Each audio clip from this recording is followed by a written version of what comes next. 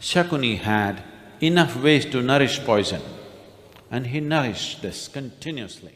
Just for you to understand the mindset of Shakuni. When Duryodhana speaks out in front of his father, expressing himself, Shakuni tells him, Duryodhana, God gave speech to man not to express himself, but to hide what is in his mind. That is Shakuni. Shakuni told Duryodhana, there is no point. If you have an enemy, pinching him, biting him, spitting on him, this is all ways of the fools. The moment you recognize somebody as your enemy, you just kill him. Anything short of that is the way of the stupid. Because if you pinch your enemy, if you abuse your enemy, if you do this and that with your enemy will grow stronger.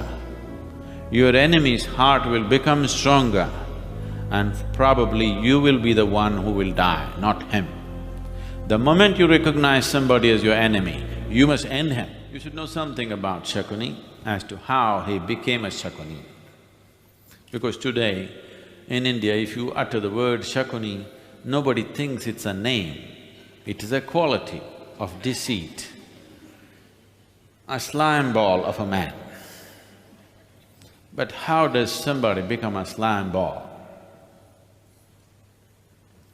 Shakuni is Gandhari's brother. When Gandhari was married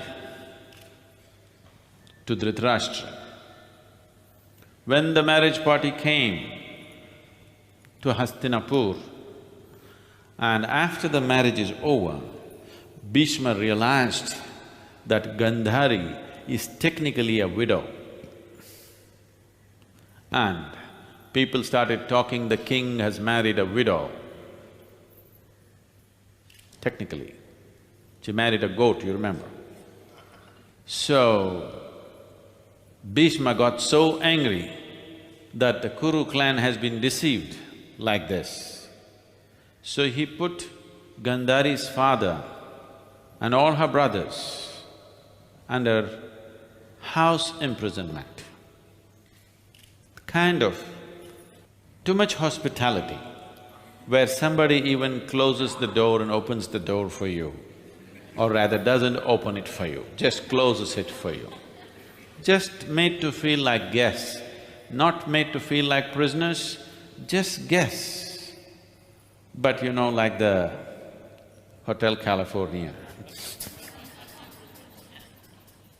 that kind of guests. The law or the dharma of the day was such, the bride's family, when it comes for the first time to the house into which the girl is married, as long as they're being well treated, they cannot walk away.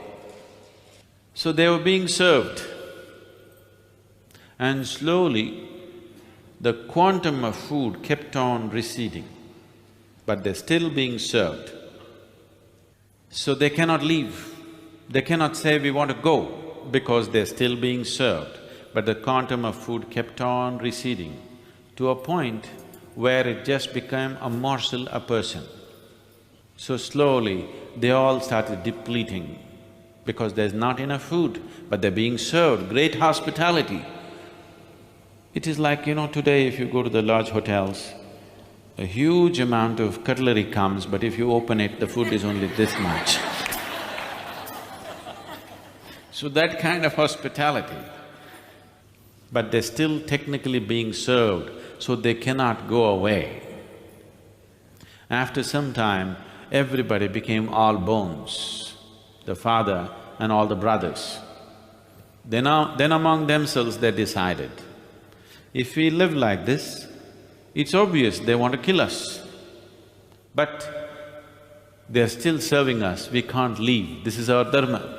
We can't go away, our daughter is here. So among themselves they decided, let us fast, all of us, let one of us who is the most intelligent eat all the food and survive and take revenge on these people who are killing us softly. So among themselves, all of them decided to fast themselves to death and gave all their food to Shakuni. So as his brothers and his father were dying, Shakuni ate the food in front of them.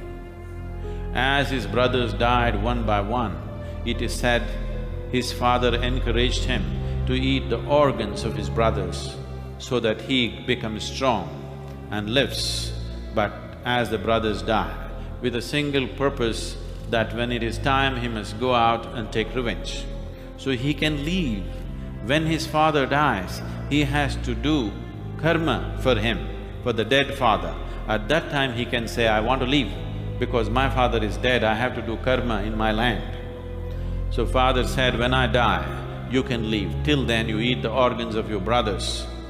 So he sat there, cut open their bodies, ate up their livers and kidneys and hearts, and lived strong. Then the time of his father came. Then the father took from the bed in which he was lying down, dying, he took his walking stick and whacked Shakuni on his ankle and cracked it. Shakuni screamed in pain and asked why.